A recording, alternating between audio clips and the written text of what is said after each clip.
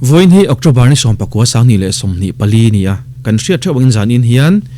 LPS Arena Falkland venga LBS Suzuki Youth Icon Grand Finale mangdona ta chon result an puang dona tunge Youth Icon ni na hi changang tunge helal khum hi honang tia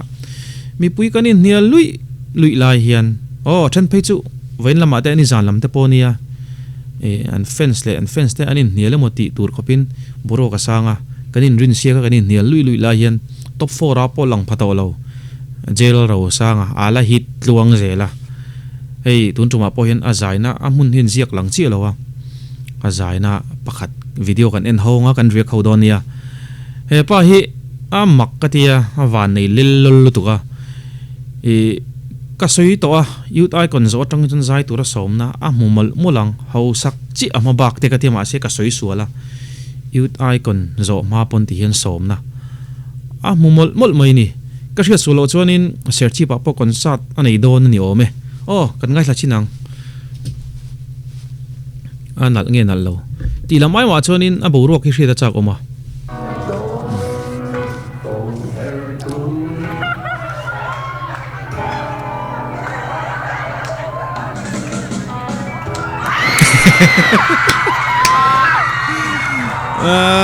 okay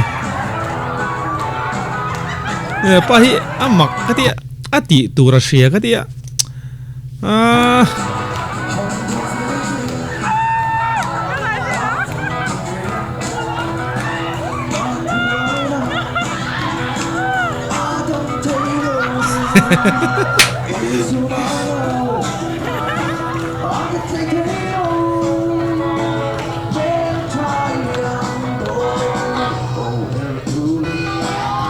han cái giống tắc rồi cả không ai jacket khá đã đấy hẹp pa hiện ati tura hay lâu cái gì giấy ấy chân cả số lar về sát liệt rồi mà sẽ mi pui nên interact team tắt thì anh ông này jail rồi sang ấy chú hết tiếng ai hiện anh ấy tụi ông lâu in cái gì hậu sắc chỉ mà bạc hẹp pa hi không ai jacket tên thì ngay là chỉ đang vô trang khăn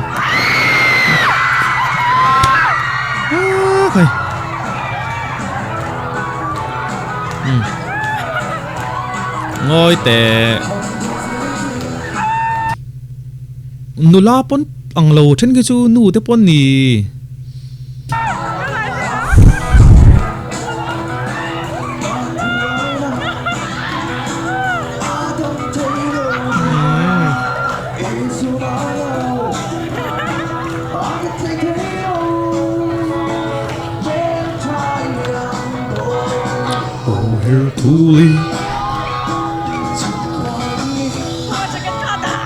không jacket khá đã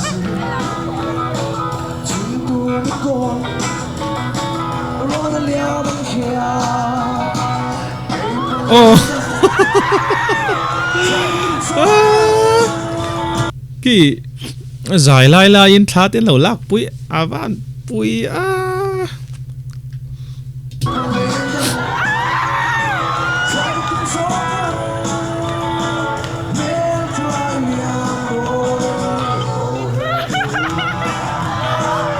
okay và lạc lỗi lấy làm cho nên khi mi video là tu kia nên ai phone nó trả lâu thì làm ai mà cho nên hey anh làm bả tên anh là như thế này ta chú vàng cho nên em chú sẽ ôm được lek mà sẽ dễ là đầu sang anh miêu va muốn ông sim thì mấy ông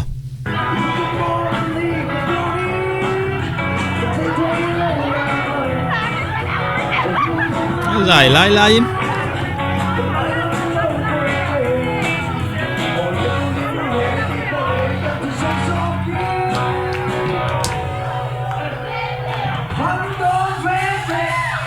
và bố hey mani à po hanin inti se na hanin al tum fu lo atlak chan khania he tai hi nga tinge katia practice na po shil chop angain karinga khata kha chonin soundtrack siam tu te khan an siam that le om te ka ti mai zeldin thil ani chu ala fu lo leng thatu na po khan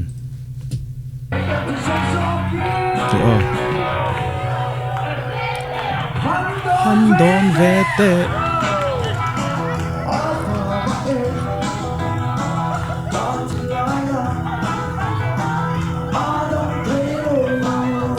oh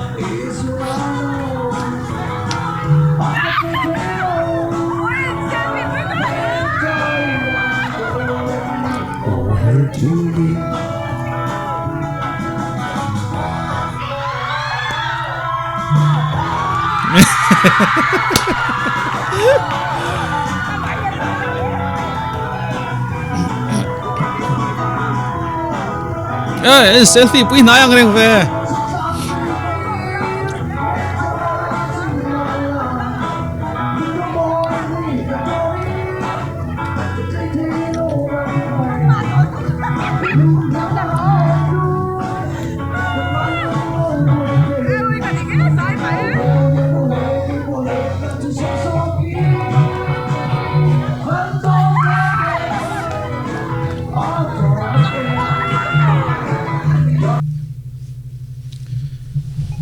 Looking for a và quick hun lâu epic? ve Cover Grace instantly with Rene Cover Up.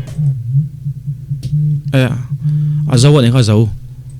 eng po ni sela jail ro sang hi an soi to a kan se to a kan subscribe ngal teng si tlang puiwal official o hei lo subscribe ve vek to kan like ngal bokanga zero sang hen soi to ang khanin lume thrin ani a tuidama an tia tuna hen anun hi he tarak hen ti hen ai let thok don tin ani ta lar tlo deuh ni sela ka du sakop maya tin a hlotlin na te alom puyoma mi hlotling mel mu te hian nuama an lom puyoma ani po thatakin ti hian hlotling chho zel se a thain ka ria chuti rol chuan hlaphu lama po tanalak ngai ka ria hei kan sei de teng lil zawate yang felate an ngai sanom tel em na chu hla an phuat thei tlat hi ni an hla sak tur an hit pui tur hi an ma ni phu hi ni deuh vekani maro chu an dei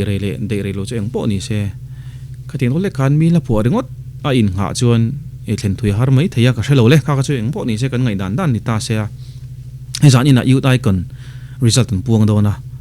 kan ngai dan a in ang lo tlang khop mai heti hian rin dan ka soi to a kan soi ve teng e rin dan de chu soi thiang ania final zan ti mai la anin elna nung ber zan ma zong ka chuan lal sang liana abuk arit lor lak katia youth icon tur nge ka ngai ani final vela hey FIFA World Cup final vela India le Brazil in khel don ta se chutiang vela chun ka ngai hial ani chutiang khop chun ka da sanga lal sang liana hi ma se final anin elta a khami anzai pani atanga endik na justin an tidon ani chuan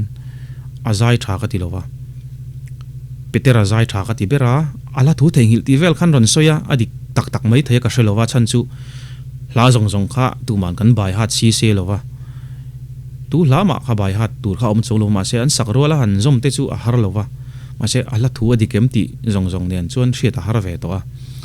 alo sadik lo ni chon kha chu just te thu ni ta se chu tiang chu da thatai la an zai ngau ngau zu thlir chuan petera zai thalor lak ka tia criteria sang achanga han te pon bk le sang lian hi chu atu ma zok zok po second mo a pani na ron ni se a om ve ka tia chu kalo thlir dan ka ngai dan ani hei social media war ten tia then ka chonin ana sa khop maya contestant te ka soithin angin tun huna po hian judge 10 YouTube pani mo social media hi en tam lo sela achan chu an ma ni ya pressure anna ang ti ala om ka tia chu wangsan an tum lo pui mi pui pressure awangte YouTuber pressure awangte khatianga pakhat na tura an lo du to si ma se mi pui pressure awanga ni tir lo le si te po a om pal te kal hlau ni chu eng po ni sela hei dari tan chan don an chan trepa icon ni tura kan rin an lo ni pon a thei top pa judge te an chelo ang chi hi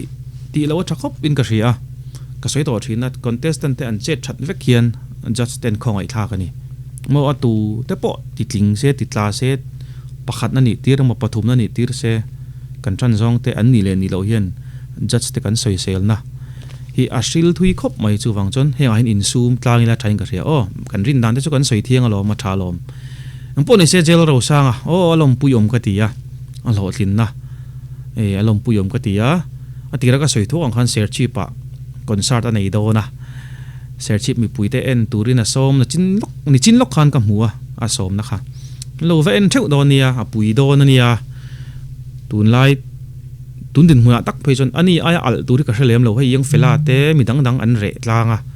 music video te kha tiang chi kha an nei lo hlom khop maya tun huna a hian zai thiam fing chuan artist fing chuan hlan ti chuak lawang ka ti